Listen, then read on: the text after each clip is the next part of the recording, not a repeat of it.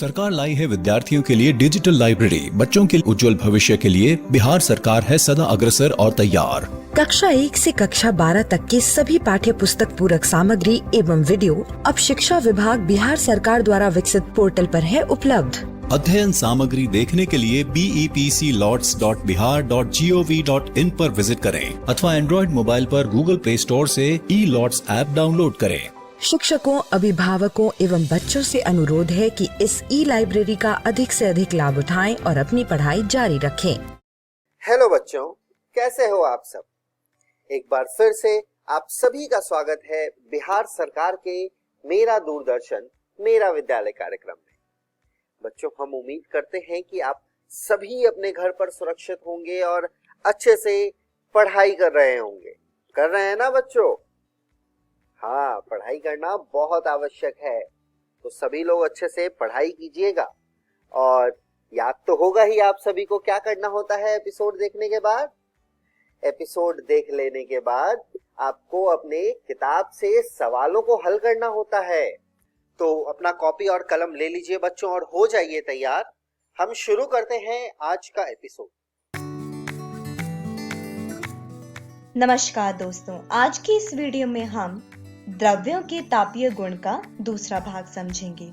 दोस्तों, आज की इस वीडियो में हम समझेंगे कि ठोसों में ऊष्मीय प्रसार क्या होता है, जिसके बाद हम देखेंगे कि विशिष्ट ऊष्माधारिता क्या होती है। तो चलिए दोस्तों शुरू करते हैं। सबसे पहले हम देखते हैं कि ठोसों में ऊष्मीय प्रसार क्या होता है।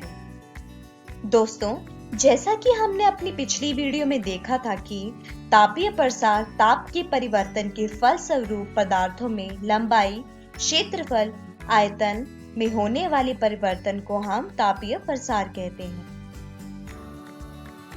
दोस्तों, जब ठोस की सामान्य अवस्था का अध्ययन किया जाता है तो इसमें अणु बहुत पास पास स्थित होते हैं। जब किसी ठोस को ऊष्मा दी जाती है तो इन अणुओं में गतिज ऊर्जा का मान जो होता है वो बढ़ जाता है और इस गतिज ऊर्जा में वृद्धि के कारण ये अपने आसपास स्थित अणुओं को दूर करने का प्रयास करते हैं, जिससे सामान्य अवस्था की तुलना में अणुओं के मध्य की बीच की दूरी जो होती है वो बढ़ जाती है और जो पदार्थ होता है वो फैल जाता है। इसे ही हम ठोस की ऊष्मीय प्रसार कहते हैं।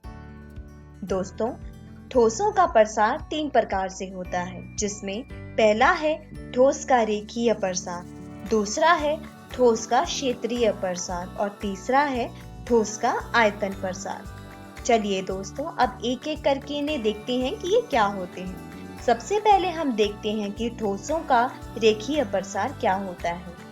दोस्तों, किसी ठोस में उसकी लंबाई में होने वाले प्रसार को रेखीय प्रसार कहते हैं। जब किसी तार या छड़ को गर्म किया जाता है तो गर्म करने से यह तार अपनी लंबाई के अनुरूप प्रसारित होता है और इसे ही रेखीय तथा अनुदैर्ध्य प्रसार कहते हैं। दोस्तों, इसका उदाहरण है कि जब हम गर्मी में 2 खंभों के मध्य लटके तारों को देखते हैं तो गर्मी के समय ऊष्मा पाकर रेखीय प्रसार के कारण जो तारें होती हैं वो अधिक लंबी हो जाती हैं और अधिक लटक जाती हैं।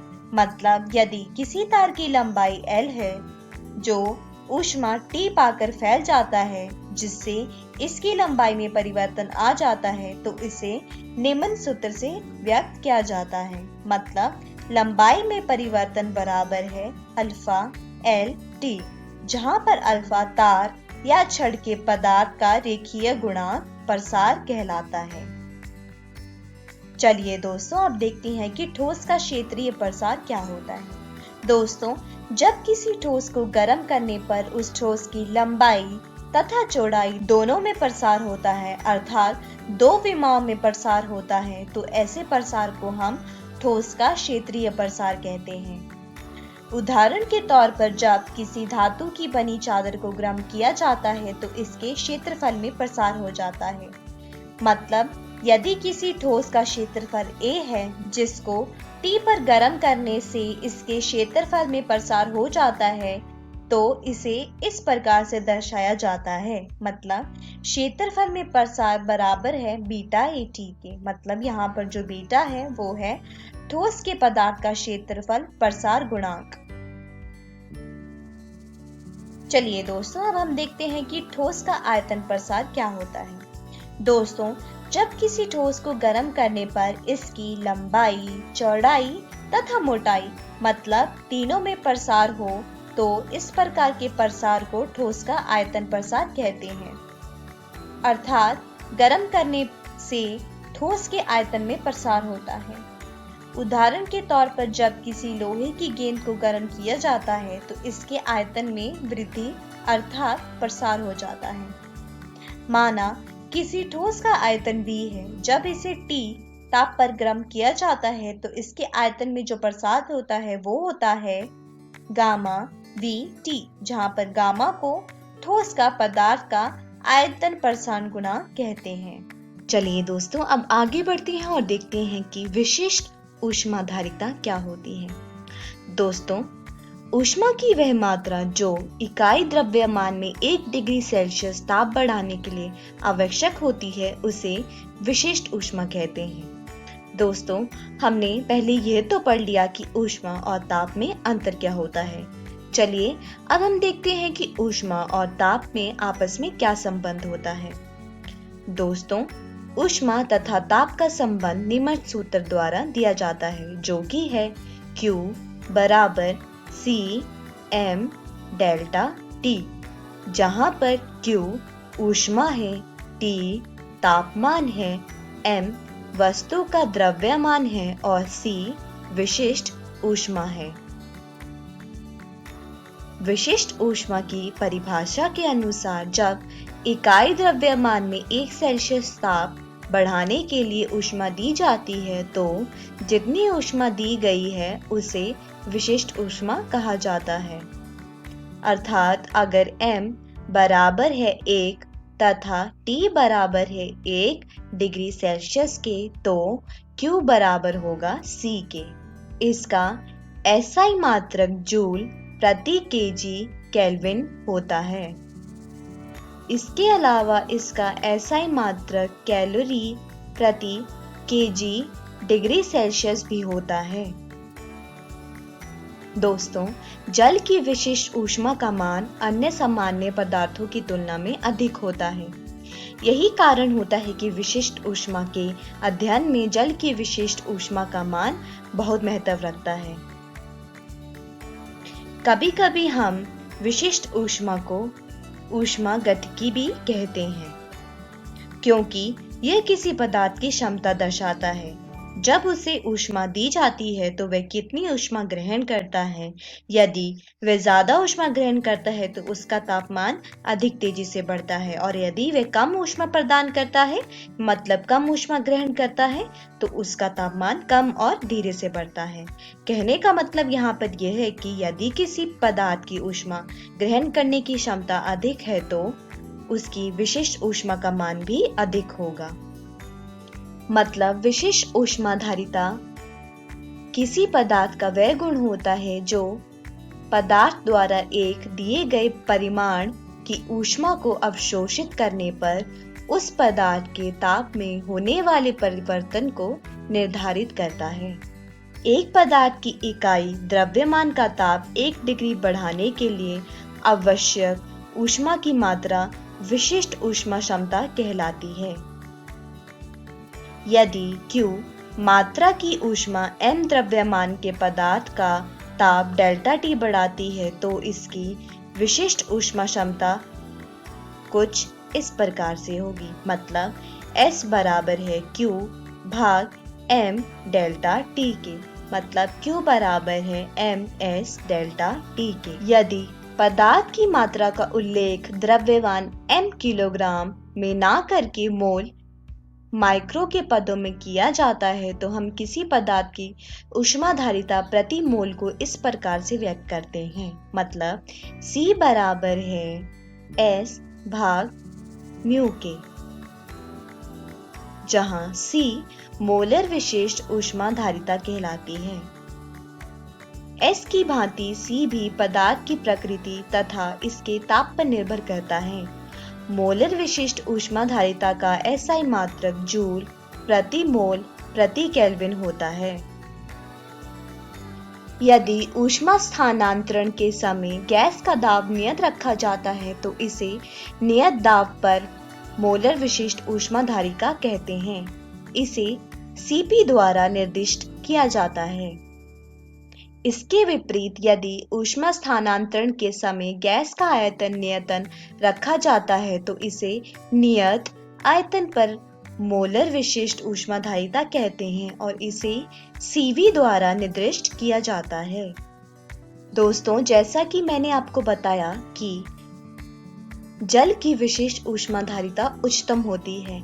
इसी कारण से स्वचालित वाहनों में रेडिएटरों में जल का उपयोग शीतलक के रूप में किया जाता है तथा सिकाई के लिए उपयोग होने वाले तप जल थैलियों में जल का उपयोग तापक के रूप में किया जाता है। उच्च विशिष्ट ऊष्माधारिता होने के कारण गर्मियों में थल की अपेक्षा जल बहुत धीमी गति से गर्म होता है। फलस्वरूप समंदर की ओर से आने वाले पवनें शीतल होती हैं।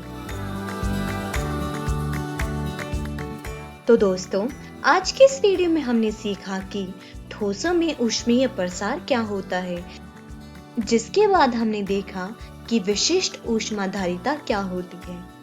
अगली वीडियो में हम ऊष्मामिति के बारे में पढ़ेंगे और यह भी देखेंगे कि अवस्था परिवर्तन क्या होता है। दोस्तों, मैं आशा करती हूँ आपको ये वीडियो समझ आया होगा। तब तक आप अपनी पाठ्य पुस्तक से इन सारे विषयों को दोहराने की कोशिश कीजिएगा। धन्यवाद।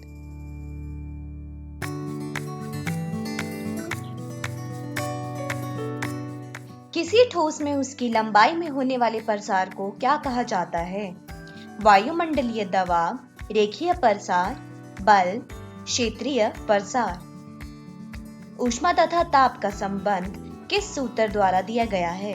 Q बराबर Cp डेल्टा T, Q बराबर Cm डेल्टा D, Q बराबर Cv डेल्टा T, ऊपर में से कोई भी नहीं।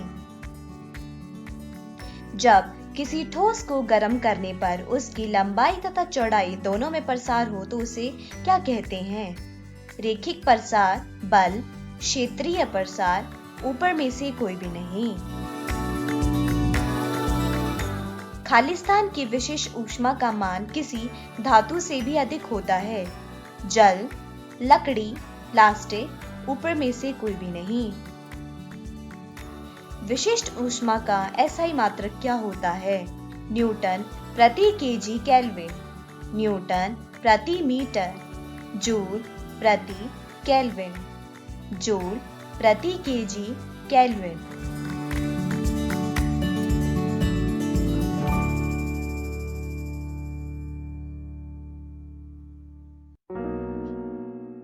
हेलो दोस्तों, आज की इस कक्षा में आप सभी का स्वागत है।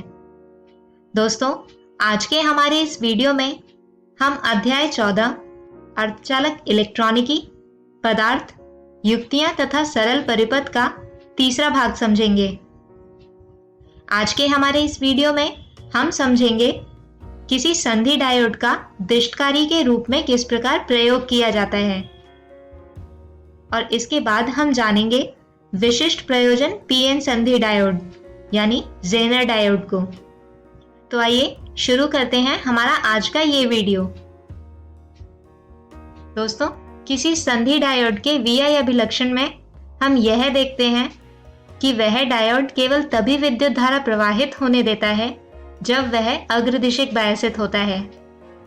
अतः यदि किसी डायोड के सिरों पर कोई प्रत्यावर्ती वोल्टता अनुप्रयुक्त की जाए तो चक्र के केवल उसी भाग में परिपथ में धारा प्रवाहित होगी जब डायोड अग्रदिशिक बायसित होगा। डायोड के इस गुण का उपयोग प्रत्यावर्ती वोल्टता का दिष्टकरण करने में किया जाता है तथा इस कार्य के लिए जिस परिपथ का उपयोग करते हैं उसे दिष्टकारी यानी रेक्टिफायर कहते हैं। दोस्तों, जैसा कि हम जानते हैं कि ट्रांसफार्मर की द्वितीयक कुंडली टर्मिनल A तथा B पर वांछित AC वोल्टता की आपूर्ति करती है। जब A पर वोल्टता धनात्मक होती है तो यहाँ पर लगा डायोड अग्रदिशिक बायसित होता है तथा यह विद्युत धारा का चालन करता है। और जब A पर वोल्टता ऋणात्मक होती है तो डायोड पश्चदिशिक बायसित होता है।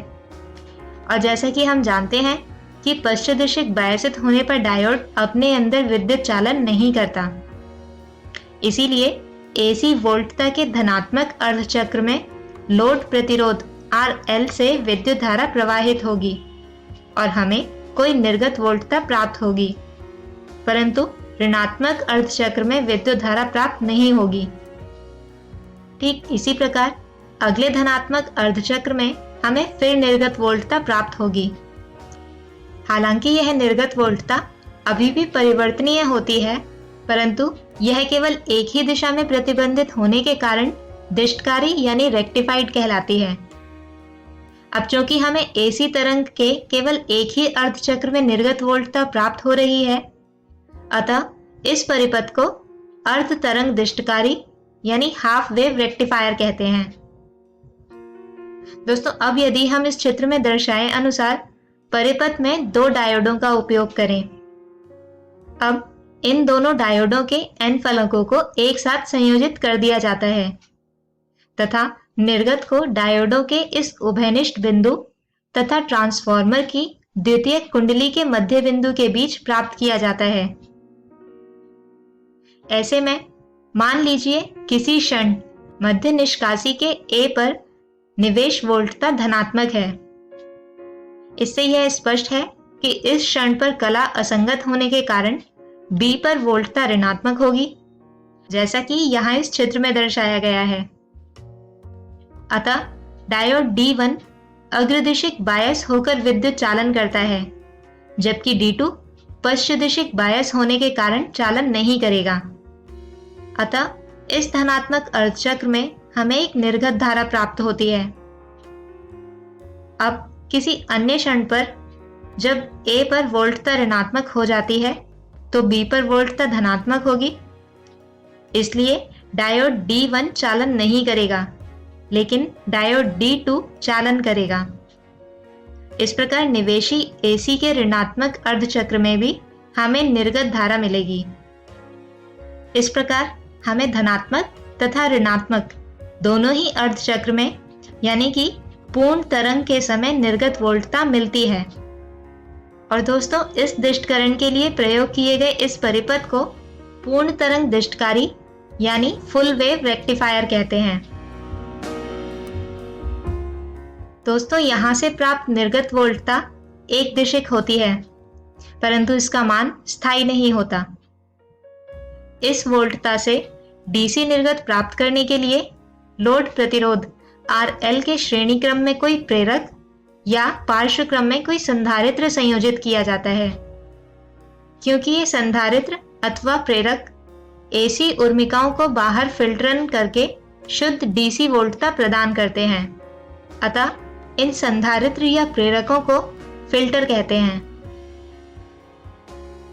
आइए दोस्तों, अब हम एक ऐसे डायोड के बारे में जानेंगे जो मूल रूप से एक संधि डायोड होता है, परंतु इसका विकास विभिन्न अनुप्रयोगों के लिए किया जाता है और इस विशिष्ट प्रयोजन के PN संधि डायोड को कहा जाता है जेनर डायोड। तो जैसा कि हमने कहा कि यह एक विशिष्ट प्रयोजन अर्धचालक डायोड है और इसका नाम उसके आविष्कारक C. जेनर के नाम पर रखा गया है। दोस्तों, इस डायोड को भंजन क्षेत्र में पश्चदिशिक बायस में प्रचालित करने के लिए डिजाइन किया गया है तथा इसका उपयोग वोल्टता नियंत्रक के रूप में किया जाता है। दोस्तों, जेनर डायोड का प्रतीक यहाँ इस चित्र में दर्शाया गया है। दोस्तों, जेनर डायोड संधि के P तथा N दोनों फलकों को अत्यधिक अपमिश्रित यानी हेवीली डोप्ड किया जाता है। इसके कारण बनने वाला हासी क्षेत्र अत्यधिक पतला यानी लगभग माइक्रोमीटर की कोटि का होता है। दोस्तों, किसी जेनर डायोड का IV अभिलक्षण इस चित्र में दर्शाया गया है। यहाँ आप देख सकते हैं कि जब अनुप्रयुक्त पश्चदिशिक बायस वोल्टता V जेनर डायोड की भंजन वोल्टता VZ के समान हो जाती है तो परिपथ में विद्युत धारा में बहुत अधिक परिवर्तन हो जाता है। जेनर डायोड से प्रवाहित होने वाली धारा में अत्यधिक परिवर्तन होने पर भी जेनर वोल्टता नियत रहती है। जेनर डायोड के इस गुण का उपयोग विद्युत आपूर्तियों की वोल्टताओं को नियंत्रित करने में किया जाता है। आइए अब हम देखते हैं कि किसी वोल्टता नियंत्रक के रूप में जेनर डायोड का उपयोग किस प्रकार किया जाता है। दोस्तों, जैसा कि हम जानते हैं कि किसी डिस्टकारी की निवेश वोल्टता बढ़ती तथा घटती रहती है, तो ऐसा होने पर उसकी डिस्टकृत वोल्टता भी घटती तथा बढ़ती रहेगी। किसी डिस्टकारी के निर्गत से प्राप्त अनियंत्रित डीसी वोल्टता से स्थायी यानी नियत डीसी वोल्टता प्राप्त करने के लिए हम जेनर डायोड का उपयोग करते हैं। किसी जेनर डायोड का उपयोग करके बनाए गए वोल्टता नियंत्रक का विद्युत परिपथ आरेख यहाँ इस चित्र में दर्शाया गया है। यहाँ पर किसी अनियंत्रित डीसी वोल्टता को श्रेणी क्रम में संयोजित प्रतिरोध RS से होते हुए जेनर डायोड से इस प्रकार संयोजित किया जाता है कि जेनर डायोड पश्चदिशिक बायस हो। दोस्तों, अब यदि निवेशी वोल्टता में वृद्धि होती है तो RS तथा जेनर डायोड से प्रवाहित विद्युत धारा में भी वृद्धि हो जाती है। और जैसा कि हम जानते हैं कि किसी जेनर डायोड के भंजन क्षेत्र में जेनर वोल्टता नियत रहती है, फिर चाहे वहां पर जेनर डायोड से प्रवाहित धारा में परिवर्तन ही क्यों ना हो। तो यानी यहाँ पर भी डायोड के सिरों पर वोल्टता में कोई भी परिवर्तन हुए बिना ही RS के सिरों पर वोल्टता में वृद्धि हो जाती है। इसी प्रकार यदि निवेशी वोल्टता घटती है तो RS तथा जेनर डायोड से प्रवाहित विद्युत धारा भी घट जाती है। जेनर डायोड के सिरों पर वोल्टता में कोई परिवर्तन हुए बिना और यहाँ पर फिर से RS के सिरों पर विभव घट जाता है। इस प्रकार निवेशी वोल्टता में होने वाली किसी कमी अथवा वृद्धि के कारण जेनर डायोड के सिरों पर वोल्टता में कोई परिवर्तन नहीं होता, जबकि RS के सिरों पर कमी अथवा वृद्धि हो जाती है। इस प्रकार हमें जेनर डायोड के पार्श्वक्रम में लगे किसी लोड प्रतिरोध से नियत वोल्टता प्राप्त होती है, यानी कि जेनर डायोड इस परिपथ में एक वोल्टता नियंत्रक की भांति कार्य करता है। दोस्तों, इसी विषय के साथ हम खत्म करते हैं हमारा आज का ये वीडियो। आज के हमारे इस वीडियो में हमने जाना कि संधि डायोड का दृष्टकारी के रूप में किस प्रकार उपयोग किया जाता है। इसके अतिरिक्त एक विशिष्ट प्रयोजन पीएन संधि डायोड यानी जेनर डायोड को। दोस्तों, अगले वीडियो में हम जानेंगे कुछ ऑप्टो इलेक्ट्रॉनिक युक्तियों को, जिनमें मुख्य है प्रकाश चालकीय डायोड यानी फोटो डायोड, इसके अतिरिक्त प्रकाश उत्सर्जक डायोड यानी लाइट एमिटिंग डायोड या LED तथा फोटोवोल्टीय युक्तियों को। तब तक के लिए गुड बाय।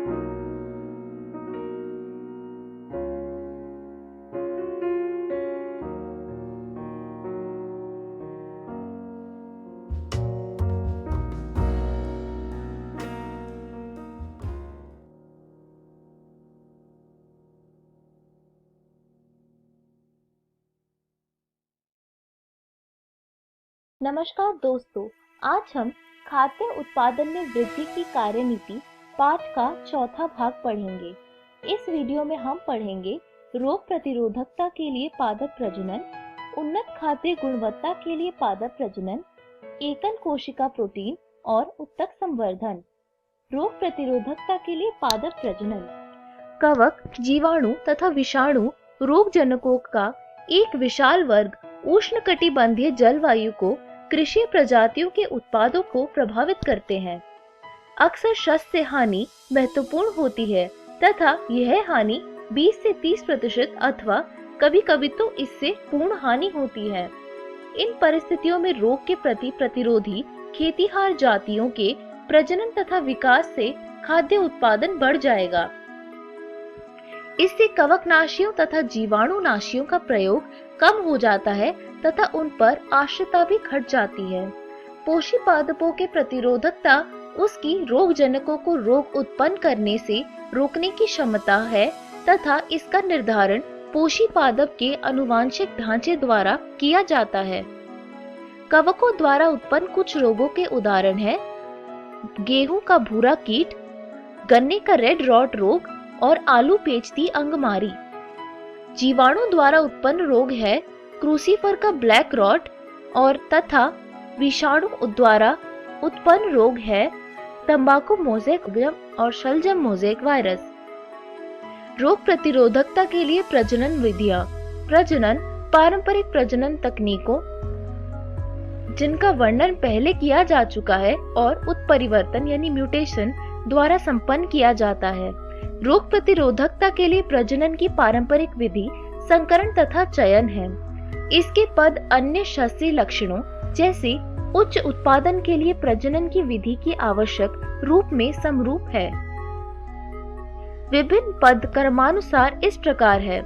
प्रतिरोधकता स्रोतों के लिए जनन द्रव्य को छानना, चयनित जनकों का संकरण, संकरों का चयन, मूल्यांकन और नई किस्मों का परीक्षण तथा उन्हें उत्पन्न करना। संकरण तथा चयन द्वारा प्रजनित कुछ शस्य कवकों, जीवाणुओं तथा विषाणु के प्रति रोग प्रतिरोधक होते हैं। सारणी में हम देख सकते हैं फसल जैसे गेहूं की किस्म हिमगिरी पर्ण तथा धारी कीट और हिलबंड के प्रतिरोधक है। फसल जैसे सरसों जिसका किस्म पूसा स्वर्णिम करण राई है, ये श्वेत कीट के प्रतिरोधक है। फूल गोभी की किस्म पूसा शुभ्रा और पूसा स्नोबॉल K1 कृष्ण विगलन तथा कुंचित अंगमारी कृष्ण विगलन के प्रतिरोधक है। फसल जैसे लोबिया जिसका किस्म पूसा कोमल है, ये जीवाणुवीय अंगमारी के प्रतिरोधक है। मिर्च की किस्म पूसा सदाबहार चिली मोज़ेक वायरस, तंबाकू मोज़ेक वायरस तथा पर्णकुंचन के प्रतिरोधक है। रोग प्रतिरोधी जीन जो विभिन्न फसलों के किस्मों अथवा उनके जंगली प्रजातियों में उपस्थित रहती है, लेकिन इनकी सीमित संख्या की उपलब्धता के कारण पारंपरिक प्रजनन बहुधा निरुद्ध होती है। पादपों में विविध उपायों द्वारा उत्परिवर्तन प्रेरित किया जाता है तथा बाद में प्रतिरोधकता के लिए पादप पदार्थों का स्क्रीनिंग करने से वांछनीय जीन की पहचान प्राप्त हो जाती है। वांछनीय लक्षण वाले पादप को या तो सीधे ही गुणित किया जा सकता है अथवा इसका प्रयोग प्रजनन में किया जा सकता है। उत्परिवर्तन सोमा क्लोनल वेरिएंट या आनुवांशिक अभियांत्रिकी में चुनाव की अन्य प्रजनन विधियां हैं जिनका प्रयोग इस कार्य में किया जाता है। उत्परिवर्तन जीन के भीतर आधार अनुक्रम में परिवर्तन द्वारा जो आनुवांशिक विविधताएं उत्पन्न हो जाती है वही उत्परिवर्तन है। इसी के परिणाम स्वरूप लक्षण अथवा ट्रेट विकसित होते हैं। ये वह जनकों में नहीं पाए जाते।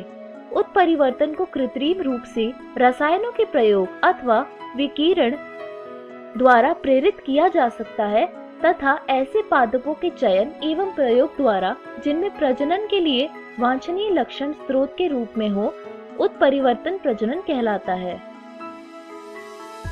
मूंग बीन में जो पित्त मोज़ेक वायरस तथा चूर्णील आसिता के प्रति प्रतिरोधक क्षमता है वह उत्परिवर्तन द्वारा प्रेरित थी। पादपों के विभिन्न कृषीय प्रजातियों के संबंधी अधिकांश जंगली पादप कुछ प्रतिरोधक लक्षण प्रदर्शित करते हैं, परंतु उनका उत्पादन बहुत ही कम होता है। अतः उच्च उत्पादन प्रदान करने वाली कृषि किस्मों में प्रतिरोधक जीनों को मिलाने की आवश्यकता होती है। भिंडी एबेलोमॉस्कस एस्कुलेंटस में पित्त मोज़ेक वायरस के प्रति प्रतिरोधकता इनकी जंगली प्रजाति से स्थानांतरित किया गया था, जिसके परिणाम स्वरूप ए एस्कुलेंटस की एक नई किस्म प्रभावी क्रांति उत्पन्न हुई। उपर्युक्त सभी उदाहरण में प्रतिरोधक जीन के स्रोत शामिल हैं। यह जीव उसी फसल की प्रजाति अथवा संबंधी जंगली प्रजाति से के होते हैं जिन्हें रोग प्रतिरोधकता के लिए प्रजनित करना पड़ता है। प्रतिरोधक जीन का स्थानांतरण लक्ष्य तथा स्रोत पादप के मध्य लैंगिक संकरण के पश्चात चयन द्वारा संपन्न किया जाता है। पीड़कों के प्रति प्रतिरोधकता के विकास के लिए पादप प्रजनन, शस्य पादप तथा शस्य उत्पादों के बड़े पैमाने पर विनाश का अन्य प्रमुख कारण कीट तथा पीड़कों का ग्रसन है। पोषी पादप फसलों में कीट प्रतिरोधकता आकारीय, जैव रसायन अथवा शरीर क्रियात्मक अभिलक्षणों के कारण होता है। अधिकांश पादपों में रोमिल पत्तियां पीड़कों के प्रति प्रतिरोधकता से संबंध रखती है, जैसे कपास में जैसिड तथा गेहूं में धान्य पर्ण भंग। गेहूं के विशेष प्रकार के तने की वजह से स्टेम सॉफ्लाई उनके पास नहीं आती तथा चिकनी पत्तियों वाली तथा नेक्टर विहीन कपास की किस्में बॉलवर्म को अपनी ओर आकर्षित नहीं करते। मक्का में उच्च एस्पार्टिक एसिड, लघु नाइट्रोजन तथा शर्करा अंश मक्का को तना भेदक के प्रति प्रतिरोधकता उत्पन्न कराता है। पीड़क प्रतिरोधकता के लिए प्रजनन विधियों की वही क्रम लागू होती है जो अन्य शस्य संबंधों विशेषकों में पाए जाते हैं, जैसे उत्पादन गुणवत्ता आदि, जिनका वर्णन ऊपर किया जा चुका है। कृषि तथा इसकी जंगली प्रजातियों के प्रतिरोधक जीन का स्रोत कृषक किस्में तथा जनन द्रव्य संग्रहण है। नाशी कीटों के प्रति प्रतिरोधकता विकसित करने के लिए संकरण तथा चयन द्वारा प्रजनित फसलों की कुछ विमुख किस्में इस सारणी में प्रदर्शित की गई है। ब्रेसिका, जिसकी किस्म पूसा गौरव है, ये एफिड के प्रतिरोधक है। Flat bean, Pusa same 1, Pusa same 2 और पूसा सेम 3 जैसिड एफिड तथा फल भेदक के प्रतिरोधक है। ओकरा यानी भिंडी की किस्म पूसा स्वामी और पूसा E4 शूट तथा फल भेदक के प्रतिरोधक है। उन्नत खाद्य गुणवत्ता के लिए पादप प्रजनन। विश्व में लगभग 840 मिलियन से भी अधिक लोगों को उनकी रोजाना के खाद्य तथा पोषण संबंधी आवश्यकताओं की पूर्ति के लिए पर्याप्त आहार प्राप्त नहीं होता। इस संख्या से कहीं अधिक लोग 3 बिलियन सूक्ष्म पोषकों, प्रोटीन तथा विटामिन अपर्याप्तता तथा छुपी भूख के शिकार है, क्योंकि ये लोग फल, सब्जियां, लेग्यूम, मछली तथा मीट आदि को पर्याप्त मात्रा में नहीं खरीद सकते। भोजन जिसमें आवश्यक सूक्ष्म पोषक, विशेषकर विटामिन ए, आयोडीन तथा जिंक का अभाव होता है, उसे रोग उत्पन्न होने का जोखिम बढ़ जाता है। परिणाम स्वरूप जीवन काल तथा मानसिक सामर्थ्य घट जाती है। जैव पुष्टि कारण। विटामिन तथा खनिज के उच्च स्तर वाली अथवा उच्च प्रोटीन तथा स्वास्थ्यवर्धक वसा वाली प्रजनित फसलें जन स्वास्थ्य को सुधारने के अत्यंत महत्वपूर्ण प्रायोगिक माध्यम है। उन्नत पोषण या पोषक गुणवत्ता के लिए निम्न को सुधारने के उद्देश्य से प्रजनन किया गया है: प्रोटीन अंश तथा गुणवत्ता, तेल अंश तथा गुणवत्ता, विटामिन अंश और सूक्ष्म पोषक तथा खनिज अंश। पहले से विद्यमान संकर मक्का की तुलना में 2000 में विमुक्त संकर मक्का में अमीनो एसिड, लाइसिन तथा ट्रिप्टोफैन की दुगनी मात्रा विकसित की गई है। गेहूं की किस्म जिसमें उच्च प्रोटीन अंश हो, एटलस 66 कृषि गेहूं की ऐसी उन्नतशील किस्म तैयार करने के लिए दाता की तरह प्रयोग किया गया है। लौह तत्व बहुल धान की किस्म को विकसित करना अब संभव हो गया है, इसमें सामान्यतः प्रयोग में लाई गई किस्मों की तुलना में लौह का तत्व की मात्रा 5 गुना अधिक होती है। भारतीय कृषि अनुसंधान संस्थान नई दिल्ली ने बहुत सी सब्जियों की फसलों का मोचन किया है जिनमें विटामिन तथा खनिज प्रचुर मात्रा में होता है, जैसे गाजर, पालक, कद्दू में विटामिन ए, करेला, बथुआ, सरसों, टमाटर में विटामिन सी, पालक तथा बथुआ जिनमें आयरन तथा कैल्शियम प्रचुर मात्रा में है, तथा ब्रॉड बीन्स, लवलव, फ्रेंच तथा गार्डन मटर में प्रोटीन प्रचुर मात्रा में पाई जाती है। एकल कोशिका प्रोटीन धान्यों, दलहनों, सब्जियों, फलों आदि में पारंपरिक कृषि उत्पादन से मनुष्य तथा पशुओं की संख्या जिस दर से बढ़ रही है, आहार संबंधी उसकी मांग पूरी नहीं हो पाती। अनाज से मांसाहार की ओर झुकने से भी धान्यों की मांग बढ़ गई है, क्योंकि पशुओं के फार्मिंग के दौरान 1 किलोग्राम मांस उत्पन्न करने के लिए उसे 3 से 10 किलोग्राम धान्यों की आवश्यकता होती है। 25% से भी अधिक मानव की जनसंख्या भूख तथा कुपोषण का शिकार है। पशु तथा मानव पोषण के लिए प्रोटीन के वैकल्पिक स्रोतों में से एक एकल कोशिका प्रोटीन SCP है।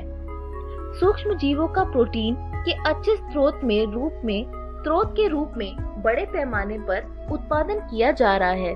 वास्तव में अधिकांश लोगों द्वारा मशरूम भोजन के रूप में खाए जाने लगे हैं। अतः बड़े पैमाने पर मशरूम संवर्धन एक प्रकार से बढ़ता हुआ उद्योग है, जिससे अब विश्वास सा हो रहा है कि सूक्ष्म जीव भी आहार के रूप में स्वीकार्य की हो जाएंगे।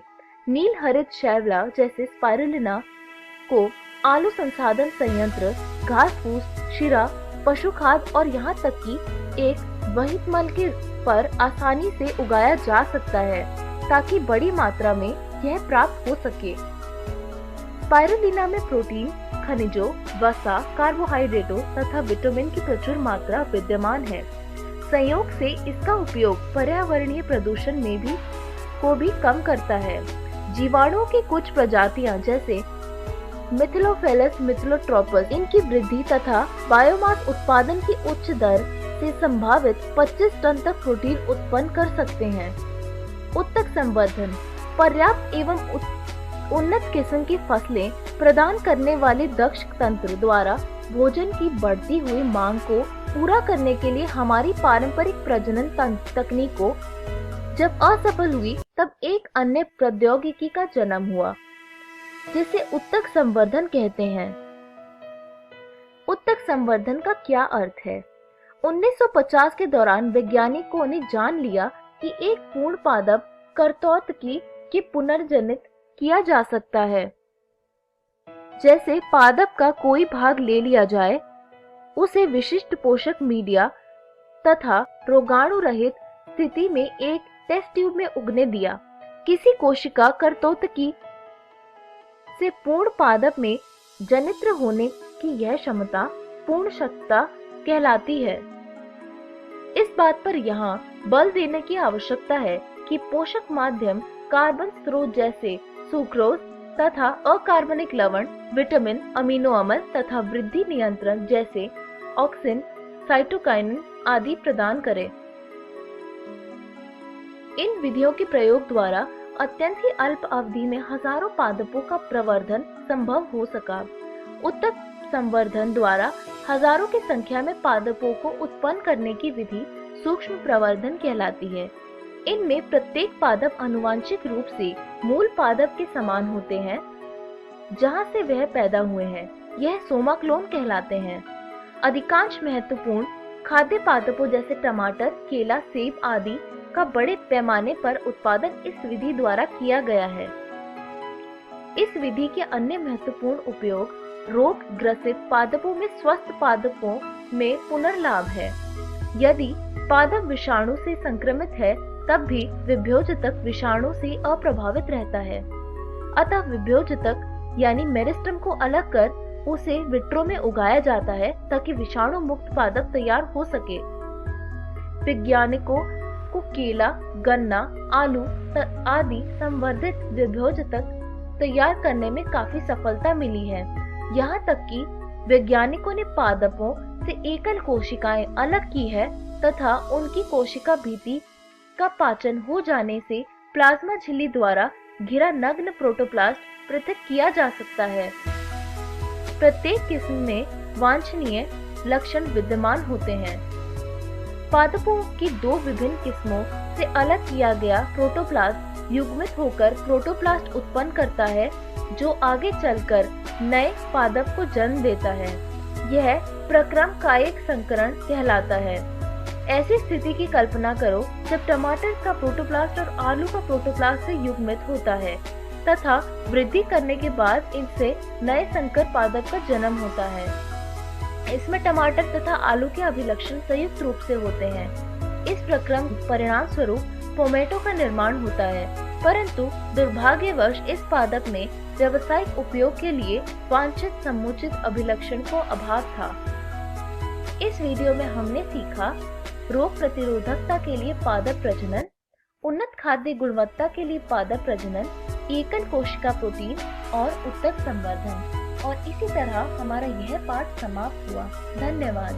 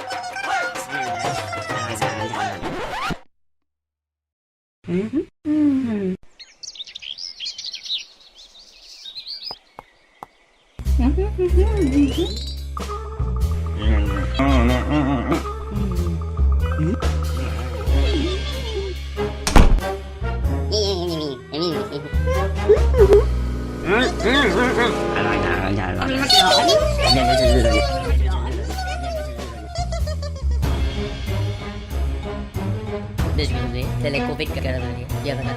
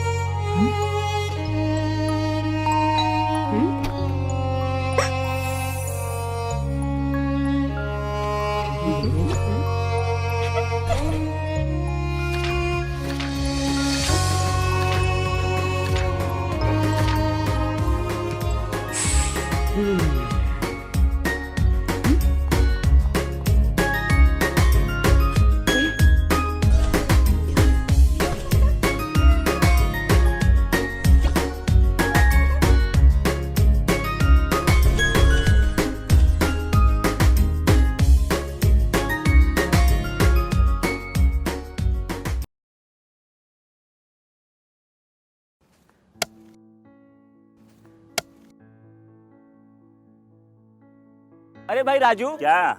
अरे सुने कि कल चाचा कुछ बता रहे थे, क्या बोल रहे थे? हाँ, चाचा कल बहुत बढ़िया बात बता रहे थे। कह रहे थे कि हम लोगों को अपने बच्चा लोग के पढ़ाई लिखाई पे ध्यान देना चाहिए।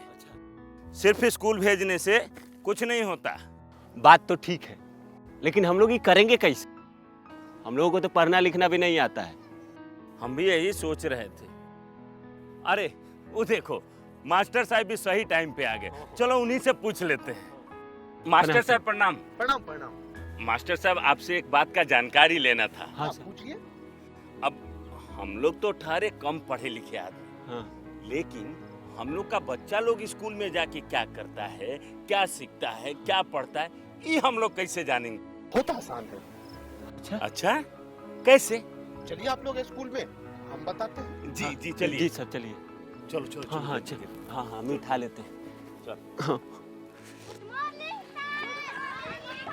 आइए, ये देखिए, ये है क्लास 3 का अधिगम प्रतिफल पोस्टर। इसका मतलब है यदि आपका बच्चा वर्ग 3 में पढ़ता है तो उसे इस पोस्टर में जो लिखी गई सारी चीजें उसे जानकारी होनी चाहिए। यह क्या है? पक्षी। और ये क्या है? पेड़। यानी कि तीसरी कक्षा समाप्त होते होते आपका बच्चा पशु, पक्षी, फूल, पत्ती आदि के बारे में सीख जाएगा। हर क्लास और हर विषय के लिए अधिगम प्रतिफल पोस्टर बनाए गए हैं। आइए कुछ दूसरे तरीके जानते हैं। जी सर। ये देखिए, ये है हमारे बच्चों की कॉपियाँ और ये है सही का निशान। इसका मतलब है कि इस प्रश्न का उत्तर आपके बच्चे ने बिल्कुल सही दिया है। जितना ज़्यादा होंगे ये निशान, उतना बढ़िया सीखा है आपका बच्चा। और ये क्या है? गलत का निशान। हाँ, ये है गलत का निशान और इसका मतलब है आपके बच्चे ने इस प्रश्न में कुछ गलती की होगी। और ये निशान जितना ज़्यादा होगा, आपको अपने बच्चे पे उतना ही ध्यान देने की ज़रूरत है। लेकिन पूरे साल में हमारा बच्चा क्या क्या सीखा, ये कैसे जानेंगे? बिल्कुल जानेंगे। उसके लिए भी हमारे पास कुछ साधन है। उनमें से एक है प्रगति पत्रक। इसके माध्यम से आप घर बैठे जान सकेंगे कि आपका बच्चा पूरे साल में क्या कुछ सीखा। देखिए, ये है 3 स्टार। इसका मतलब होता है सीख चुका है, आपका बच्चा सीख चुका है। और 2 स्टार का मतलब है बच्चा सीख रहा है। और 1 स्टार का मतलब अभी सीखने की आवश्यकता है। जी हाँ। ये तो बहुत आसान है। अब तो हम जैसे बिना पढ़े लिखे लोग भी अपने बच्चों की कॉपी आसानी से जांच कर पाएंगे। बिल्कुल जांच पाएंगे मनोज। हाँ। मास्टर साहब, आपने तो बिल्कुल सही बात बताई थी। तो ठीक है, चलते हैं। आज जो आपने हमको बताया है वो हम सबको बताएंगे। आप क्या करेंगे?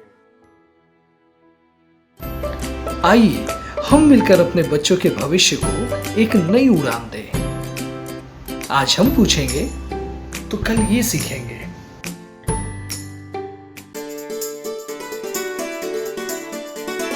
डर से नहीं, तैयारी से आगे कदम बढ़ाना है। रुकी जिंदगी में चहल पहल वापस फिर से लाना है। धोकर हाथ पहनकर मास्क सुरक्षित जीवन चलाना है। सुरक्षित जीवन चलाना है। डर कर नहीं, तैयारी से आगे कदम बढ़ाना है। टीकाकरण की शुरुआत हो गई है, पर पहले की तरह हमें मास्क लगाना और 2 गज की दूरी बनाए रखना अभी भी जरूरी है। स्वास्थ्य विभाग और सूचना एवं जनसंपर्क विभाग बिहार सरकार द्वारा जनहित में जारी। जीतेगा बिहार। सरकार लाई है विद्यार्थियों के लिए डिजिटल लाइब्रेरी। बच्चों के उज्जवल भविष्य के लिए बिहार सरकार है सदा अग्रसर और तैयार। कक्षा 1 से कक्षा 12 तक की सभी पाठ्य पुस्तक पूरक सामग्री एवं वीडियो अब शिक्षा विभाग बिहार सरकार द्वारा विकसित पोर्टल पर है उपलब्ध। अध्ययन सामग्री देखने के लिए BEPCLOTS.bihar.gov.in पर विजिट करें अथवा एंड्रॉइड मोबाइल पर गूगल प्ले स्टोर से E-LOTS ऐप डाउनलोड करें। शिक्षकों, अभिभावकों एवं बच्चों से अनुरोध है कि इस ई लाइब्रेरी का अधिक से अधिक लाभ उठाएं और अपनी पढ़ाई जारी रखें।